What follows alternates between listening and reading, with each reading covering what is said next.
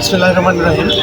প্রিয় ভিউয়ার্স, আমি আজকে আসছি রানীনগরের পাখির পল্লী অথবা আগে রক্তদহ বিল বলা যেত। চলুন আজকে দেখে নেওয়া যাক আজকে এই পাখির পল্লী বা রক্তদহ বিল সম্পর্কে কিছু অজানা তথ্য।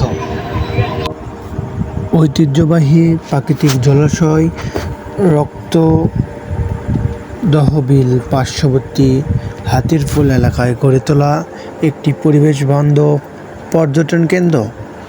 2025 সালের জানুয়ারিতে রানীনগর উপজেলা নির্বাহী কর্মকর্তা মহামিনা শারমিন জলাশয়টিকে পুনরুজ্জীবিত করার উদ্যোগ নেন। 28 জানুয়ারি নওগাঁ জেলা প্রশাসক জনাব মোহাম্মদ আব্দুল আওয়াল স্যার এই প্রকল্পটি আনুষ্ঠানিক উদ্বোধন করেন। স্থানীয় বাসিন্দারা এখানে হস্তশিল্প দোকান চালানো, পর্যটন গাইডের মাধ্যমে নতুন আয়ের সুযোগ পাচ্ছেন। শিক্ষার্থীরা প্রকৃতির সাথে সরাসরি পরিচিত হওয়ার সুযোগ পাচ্ছে।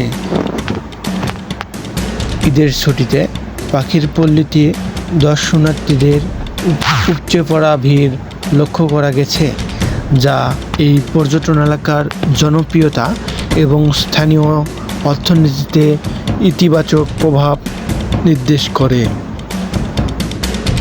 রানীনগরের রক্তদহ বিল সংলগ্ন রতনডাঁড়া খালকে কেন্দ্র করে গড়ে ওঠা পাখির পল্লী পর্যটন এলাকায় উপজেলা নির্বাহী কর্মকর্তা জনাব রাকিবুল হাসানের নেতৃত্বে প্রশাসনিক উদ্যোগে প্রাণ ফিরে পেয়েছে। তার তত্ত্বাবধানে খালের কচুরিপাড়া পরিষ্কার করে পানি স্বাভাবিক করা হয়েছে। পর্যটকদের সুবিধার্থে একটি ঝুলন্ত সেতু নির্মাণের পরিকল্পনা গ্রহণ করা হয়েছে।